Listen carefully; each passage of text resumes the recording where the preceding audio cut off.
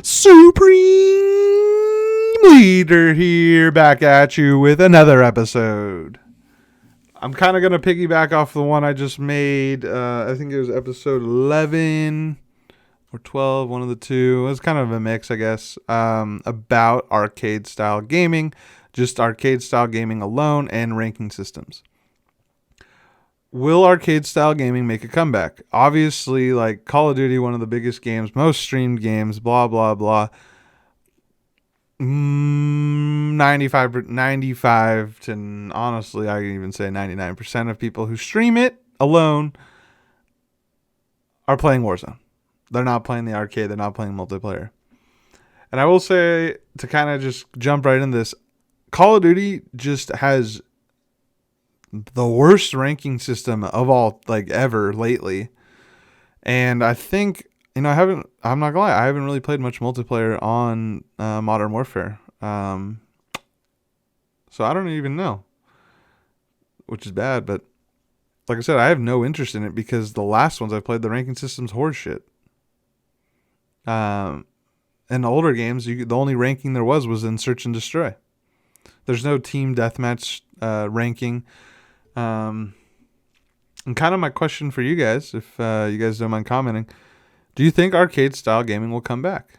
Do you think it'll take over again? Do you think Battle Royale is just going to be the new forever norm?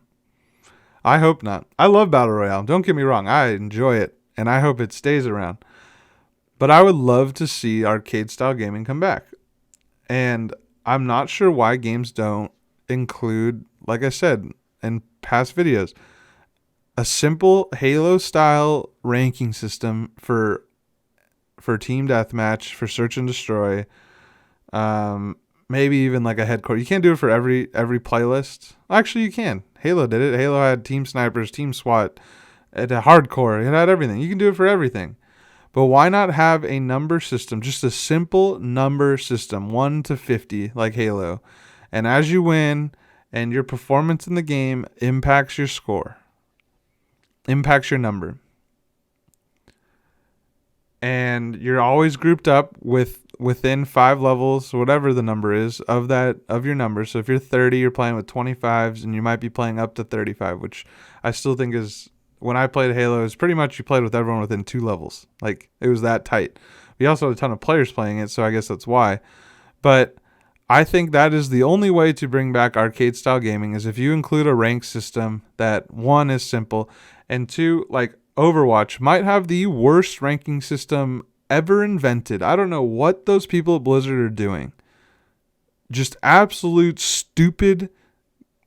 Whoever is the game designer or in charge of the ranking system at Blizzard should be fired and never hired by a gaming company ever again. A design studio. Never. That system is so broken. And I don't know if it's broken due to the fact that that game's also just, it's season 1 to now, it's just a horrible game. It's terrible. I play a handful of games here and there, and it is horrible now. But that ranking system, I've gotten up to Diamond, and that was one season, and I grinded really hard. And I would say 90% of my losses were due to someone who was playing a character, and one was either being countered really hard by someone else on the other team, or just wasn't very good. And not saying like you're not good, you can't play that character, but I do think if you're really struggling in a game, it shouldn't be a pride thing. Like, nope, I'm staying on this character. Like, you told me to switch, I'm not, like, no, like, usually when you get told to switch, it's because you're struggling and hurting the team, and you're basically fighting 5v6s. That's why people ask you to switch. It's not because they hate you. It's not because they want to tear your head off. No, it's because everyone wants to win, and then when you get these people who refuse to switch, who auto-locking characters, and won't change the whole game, and then you do terrible the first round, and the second round, the guy locks in the same character, and it's already a loss. And I would say the reason I would get stuck in gold and platinum so much was due to that. Even if I played in a group, like, you can play in a full group of 6, but you're going against harder competition of 6. You're not playing, like, if you play in a group of 2, like, you can control a big part of the game with 2 people and 4 people. Like, when I did go Diamond, I would play, this is early seasons. I don't know which one. It's like first 5 seasons of Overwatch. And I would have to, me and my buddy would play either tank and a healer. Was pretty much the only thing we'd play. And we grinded, and we could control a game playing a tank and a healer. But there were so many of those games that we lost because there's 1 or 2 players who just didn't give a shit. So I don't know. Because I also think in rank, like, if you're going to do a simple ranking system, you're obviously going to have people who aren't good. But if you're making everyone equivalent, like, you're starting out with the same guns, I mean, that guy might just struggle that game, and that's totally fair. But he got to, for example, level 30. You have to get there to play with those type of players. And, someone might have an off game, but overall, if you're that high of a level, 30 out of 50 in Halo, if you're 30 to 35, you were damn good. Once you got 40 to 50 in Halo, that's when you started getting cheaters, which wasn't monitored back then. You had standbyers, and you had modders. So you're not playing with hacks at that level. You're not playing with the guy who's going to go 1-18. It's just not going to happen.